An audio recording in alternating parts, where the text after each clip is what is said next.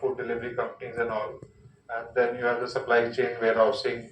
So all gamuts of the economy. And if you look at any global economy, this will broadly touch more than 20% of the consumption basket of the any consumer. So even a large economy like US, the share of transportation is broadly 20, and then if you align with the logistic, I mean it goes up to 30, closer to 30 then also. So this covers a large portion of universe of and so the opportunity is also, and then when we talk about this theme, I mean, there are theme within the theme, the what we call it as, because there are very very varied business cycles. So when we talk about, there are structural growth elements, there are the cyclical element in this as well. So there are certain segments which are cyclical, there are certain segments which are structural, and then you have a lot of new innovation and new technologies and emerging technologies coming, whether it's in a electric vehicle space, hydrogen, or any form of the new age companies like say quick commerce, food delivery, etc. So all these new age companies, or even the ride hailing. As of now, there's no one listed in the ride hailing side, but in future, I mean, you will see even those companies will come for the listing, etc. And then you have the consumer base is straddling across the universe. I mean, so there is a consumer base at the top with the luxury segment. So customers which are serving into the luxury cars. There are customers which are going on, say, small two wheeler. I mean, the mass market two wheeler. And in between, you have a mid income people, high mid income HNIs, and all. So and even in any of the services, also, if you look at the airlines, you have the business class, you have the premium economy, you have economy. So, I mean, the customer set is covering the entire gamut. I mean, you have the railway services, I mean, so the ticketing services, etc. Then, so every bit of consumer it captures. So, no individual consumer you can think of which is devoid of this theme. Uh, then you have the varied business model. So when we talk about the business model, so you see there are a lot of brands in this segment. So a lot of OEMs with the two wheeler, four wheeler. Somebody is owning Indian brand. Somebody is having global brand also. I mean, Indian companies owning global brand, global companies having large India operation with the Indian brands also. So and as you see, I mean, more and more companies are getting part of the universe. Then you have the startups and the matured businesses as well. So it gives you a flavor. I mean, because there is a lot of innovation is happening in this space. So you will see a lot of startups as well within the logistics space and within the automotive space, and even the airline space. I mean, you can see there has been a period where the low cost airlines has become very very popular. So I mean, there are varied business models, and then you have the full frill business, the airline, etc. also comes into the picture. So you have the lot of innovation in this field. So a lot of startups will be coming, and lot of startups are getting listed. Some has got listed, some will get in future listed in listing. So the universe will get much wider, and then you have the mature businesses, which is there in the business for say more than 100 years also. I mean, there are companies which are there with more than 100-year matured businesses, strong cash flow, very stable return, strong profitability. So you will get blend of both the worlds. I mean, the matured as well as the startup ecosystem. And when you talk about the geographical diversity, so we often talk about rural, urban. I mean, sometimes we say rural is growing faster. Sometimes we say urban is growing faster. So there are gamut of players which is dedicated or the more focused on this rural, urban, or some is the mixture of both. So and apart from that, you have the domestic and exports. Many companies in the auto ancillary space, you see a lot of companies are there with the export exposure. I mean, their export revenue is more than 50-60% of the overall company. So you will see the the export company oriented company as well. You see domestic oriented companies as well. So gamut of the universe is very, very wide. And so why? Because whenever the economy grows, so the economy grows, then I mean the one of the in a human I mean the human evolution, I mean one of the biggest innovation has always been the wheel, uh, and the wheel creates the business. Wheel has created the trade. Wheel has created the globalization. I think that theme will continue. And as I said earlier, the US, despite having, I mean, 10 times bigger economy than us, they have almost their mobility requirement is also 20-30%. So so any size of the economy, this pie will keep growing up. So as we become bigger, the pie will keep growing up, and with more innovation, I think the pie will become multiplier. In fact, it will have a multiplier effect in the future as well.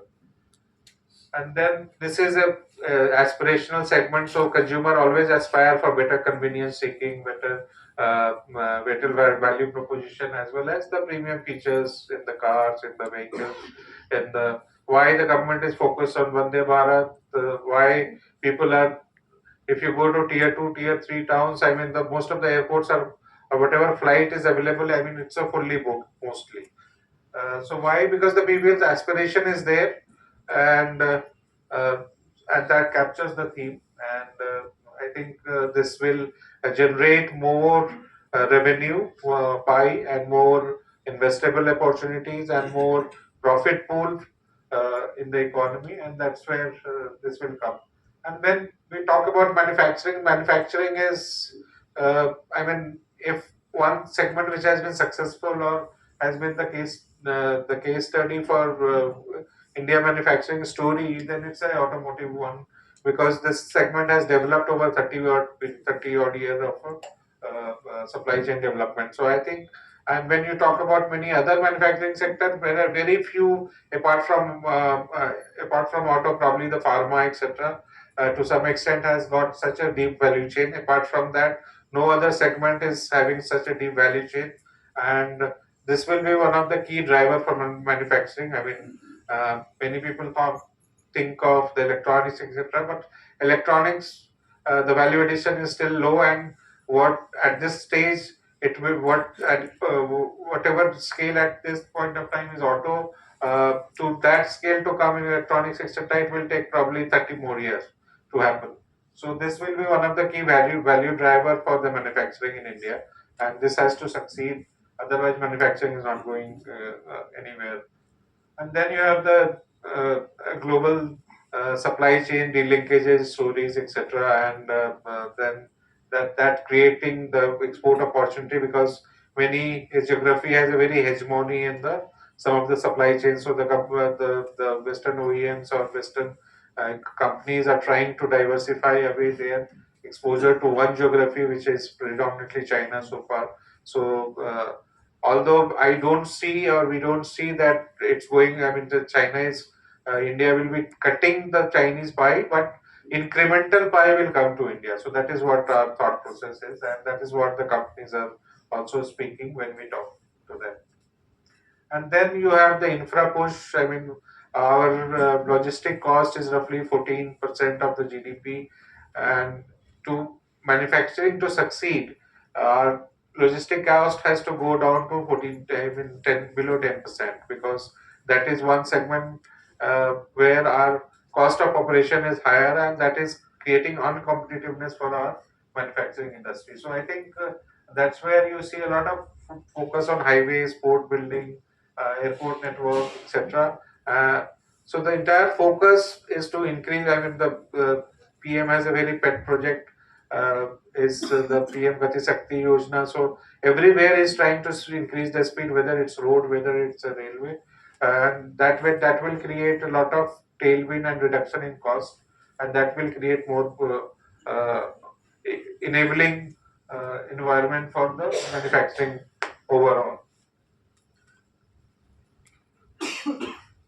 So why it's at a very nascent stage in most of the mobility needs, whether it's a two-wheeler, pass car, or even the aviation, etc. If you look at the kind of population we have, we are at a very nascent stage.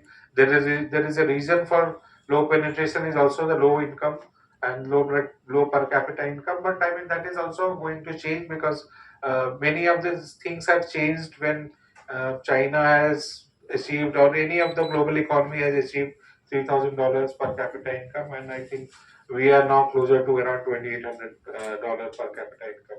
So many of these segments or sub-segments will explode, and we'll have a some of the segment will have a very hockey stick kind of growth based on the low penetration, and that will create innovation also. I mean, the why innovation can come into many forms. I mean, so innovation can come because of the city, or cities are polluting. We always talk about, or we have already seen a lot of impact of the bad weathers, erratic behavior of the weathers in terms of whether you see in the every 1 year or 2 year you see the flooding in Kerala, or you see the flooding in, or cloud busting in case of Himachal or Uttarakhand.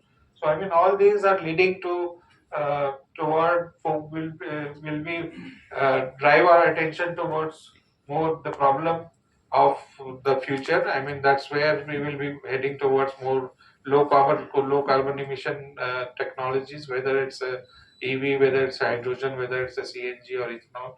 I mean, that is where we will be heading towards, because otherwise the sustainability of the environment, the sustainability of the universe itself will be under challenge. And then many of the times we have seen this, our assets in this field has been underutilized. So like say many of the vehicles are underutilized, your utilization rate is just 4%, 5%. So that is where we have created the shared mobility and all. And then this has been a very time consuming segment. So I mean, many of the times you keep driving your cars, you're riding your bike, and that is a kind of useless exercise. I mean, you are doing non-productive apart from transportation, and many of the cities are congested. So from point A to point B, on an average, it's like so 40 to 50 minutes of travel time. I mean, based on certain studies. So on an average, most of the bigger cities in India, the people travel to around 50 odd minutes to from home to work and return. And in bigger cities like say you, Bombay or even Bangalore, etc., this goes up to say 1.5 2 hours as well.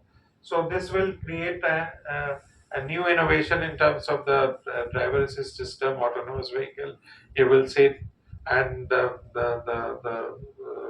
car or the vehicle will move in on their own. These are all under developmental stage at this point of time, but at some point of time this is going to succeed, and this is in controlled environment already. These vehicles are tested in US, Germany, or even China. So I think at some point of time this will also start hitting our minds here and our thought process as well. Proud number to talk about. We have roughly around 1,50,000 road or highway fatalities in India. So I mean, this has to get reduced, and that will create more safety features, etc. Many people thoughts always that when the EV ecosystem will happen, I mean, the engine will be gone, the battery will come, and so what will happen to the life cycle cost? So if you look at the life cycle cost of the vehicle at this point of time, or any transport system, around 60% is consumed by fuel, and that fuel is the value addition is getting captured at some at the well, or to the refineries, or to the OMCs, which is selling to the. So that will get replaced with either hydrogen or with battery electric vehicles with batteries. So that value chain will now come to the automotive space. So I think the pie which was supposed was X in reality, that your vehicle will get upgraded without you going to your uh, uh, you have to you don't have to repurchase many of the vehicles to get the updated or upgraded features. So these penetration, I mean, as we talked about, in next couple of 2 3 years, you will see this connected car features will go up to around 50%. So this will create more content. This will create more ASP growth. So revenue pool of the investable universe will keep increasing ahead of the volume growth. I mean, significantly ahead of volume growth. and this will create opportunity for OEMs, for the auto suppliers, for all the transport suppliers, etc. Then you have seen this is a one segment where the profit pool has been very strong, and the profit pool and the pricing element has also been very healthy, and the discipline of pricing has also played out. So you can see the different segment margin. I mean the couple of companies margin etc. in that area. So whether it's a motorcycle or commercial vehicle or pass car, so you then very healthy level of margin, very healthy level of profitability you will see in this space. And then we have always talked about the government focus on manufacturing. So government has given a task to the ACMA, which is the Auto Component Manufacturer Association, to increase the export by 10x. So apart from domestic growth of auto component because of the new features etc. will keep increasing. Apart from that, they have given 10x. Even if half of it happens in the next by say 6 7 years, where in the target segment, I mean, many of the companies, shape and size of the companies will dramatically change, and many will be very large companies in future. And when we talk about export potential, as we know, I mean, not many people know that we are the largest two-wheeler exporter in the world, and our market share globally in the export of two-wheeler is around 17%. But have we fully utilize our addressable market? No, we have still to catch up around 3x of the growth in the two-wheeler export side. Similarly, you can see a lot of tractor companies are talking about India as a manufacturing base for their global tractor platforms, etc. And you have recently heard that, I mean, 2 years back, the Ford has gone out, and recently the Ford has started talking about they are not selling their Chennai plant uh, now, and they will be exporting from India for their plant. So many of the four-wheeler company, many of the, I mean, the universe is started thinking of exporting from India. So this will also be one of the export opportunity side. So many of the companies, like say some of the listed, some of the future listed companies have a very healthy export target as well. And then coming to the infra push, I mean, as you see, the national highways, dedicated freight corridor, the high-speed rail, metro. So every city is now getting metro. I mean, I think at this point of time, around 35 cities is undergoing the metro construction, and I think this will eventually go to at least 70, 80 cities in next 10 years. And not only one metro, I think there will be multiple phases of metros will be coming in many of the cities. And similarly, I will just touch upon the waterways, etc. and renewal. So renewal, our target is around 500 gigawatt of renewals in future in 2030. If that happen, because renewal is always a based on what approach is running the portfolio, because now the portfolio is already built. It's there for the last 13, 14 months. So, and what is our preference? So our preference is always on the market leader. And market leader always comes in a various facets. So even a small company can be a market leader in some segment. Like say, even a tire will have a market leader in some tires. Even some component, like somebody will be a market leader in one component of the vehicle, or somebody will be leader in two wheelers, somebody will be leader in four wheelers, somebody will be leader in tractors or as commercial vehicle. So multiple, even the airlines or even logistic, and within logistic also somebody will be leader in say, food delivery, somebody will be leader in quick commerce, somebody will be leader in aggregation of the logistics. So there are various facets of leadership, and we have tried to be with the leader or potential leader in that sector. So this is one 40 companies at this point of time till August. But I see this universe will continue to get widened, and the universe will be more and more getting widened over in the future with the, as I have so lot of innovation is happening in the sector, and those innovator companies, some of them will succeed and some will be getting listed in future as well. Some are already listed, some will get listed in future as well. And why we say this is not a very linear cyclical segment. That's why we say it's a very theme within theme. So why we say so is because many of the sub segments in this industry is always growing at a cross purpose level. So somebody will be sometimes you will see car will be growing, and sometimes you will see the heavy commercial vehicle is growing. Sometimes you will see tractors is growing. So sometimes you will see two wheeler will be growing. Sometimes the logistic company is doing much better. So always, I mean, there will be period of investable universe which will always be available in this segment, and we will get more and more investable universe as well.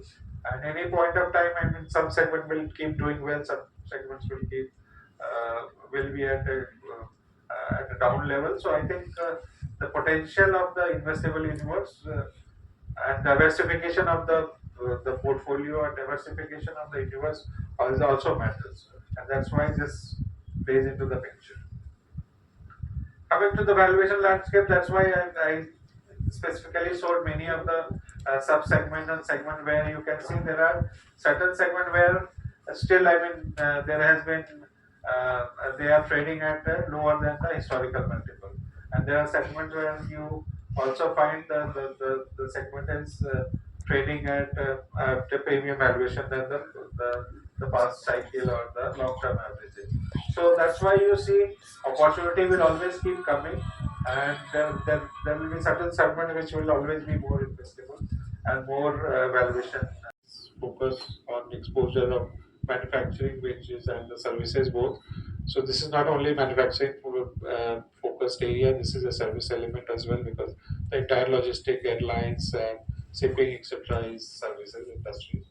And even within the auto also, I mean, there is a the dealership, etc., which is a service element. There are companies which are only dealing with the software services of the automotive space. So all these are part of the services element as well. So it's not only hardcore manufacturing.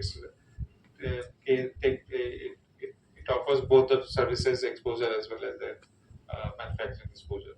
And as we speak, I mean, innovation is one of the key theme in this area. So innovation will keep happening. So when we were just getting saturated that the e-commerce is here to stay and the global giants will remain here, then the local giants like has started innovating and doing the quick commerce to the global giants. So the quick commerce is the innovation. Quick commerce has not worked very well across the world, but quick commerce is doing wonders in India. So this is an innovation which India is doing, and that probably get propagated from India to the global universe. So a lot of innovation will be increasing our overall investable universe. So that is what I want to call it that. And very low overlap of broader indexes with say Nifty 50 or Nifty 500. I think it's between 6 to 7% overlap. And as we have seen, the globally, the central banks have started cutting the interest rate. So the Indian banks have so far refrained, but I think at some point of time it has to come.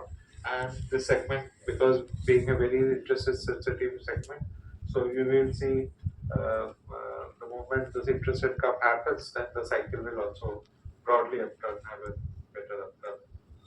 So that's it. So now I will be happy to take questions.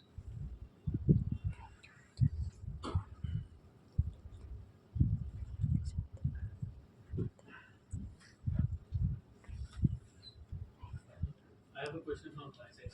Sure, sure, please. There has been a lot of inventory build-up in the past few months. Will you see any impact of that in the two-wheeler and the four-wheeler space? There will be, see, this inventory is a natural phenomena. And what has happened in last 2 years is because of the supply chain disruption globally. Semiconductor was issued 2 years back, so there has been a lot of backlog which has got created in 21, 22, and that is got fulfilled in say, probably 23. By the time we ramp up our production, the supply chain eased globally. So this is a segment which is always there with the inventory and with some certain discount. Uh, in a normal course, I mean, the inventory get cleared by December. So this is now we are in a normal cycle. We are not in a cycle where the segment was constrained by supply chain. So the 21-22 period we cannot look at because that was a period where we have a supply chain disruption. So I think this is a normal. I mean, the inventory build up anytime, any part of the year always happens. And sometimes festive goes pretty well, sometimes festive doesn't go pretty well. But by December, I think with the discount, etc., it gets clear. So nothing much to worry on that side. So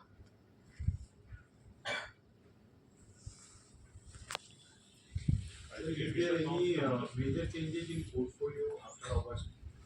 September, I think the has got released, right? So September factories has got released. So you can take the September vaccine. Some changes might be there, but not very dramatic. How we see this particular new upcoming rules might come up from the ministry regarding the emission norms? BS6, BS7, I think that's pretty much shaking up this particular. So they have navigated so far last 17 years, right? So when the first BS1 has come in from probably in 1999, that was the first norm has come. So last 25 years they've navigated. So this will also go and come. I mean, this is natural period. I mean, thought process across the world by the government to reduce emission, and we have seen. I mean, the kind of universe we are, the kind of weather, erratic weather behavior, etc. we are witnessing across the globe. Uh, it's going to come and the technology is available. There might be some cost implication, but we will see. I mean, we are very frugal engineering companies. I mean, yeah, cost of ownership or a cost of a vehicle is much more cheaper compared to what the similar kind of feature car is available in US or Europe. So I think it's a normal cycle till now. We have seen Tata Motors has brought up good SUVs, so which has captured over 17% of market, and Kia's. Then we have seen other areas like MG sector. Correct. So how this can play in So this is a small. This is as of now. India is how much? India is a 4 million market. 4 million car industry annually. In next 5-10 years, it will be like say 12-14 million car industry. And many of the manufacturers, apart from say two global manufacturers in a group level, nobody has more than 10 million car sales at a single brand.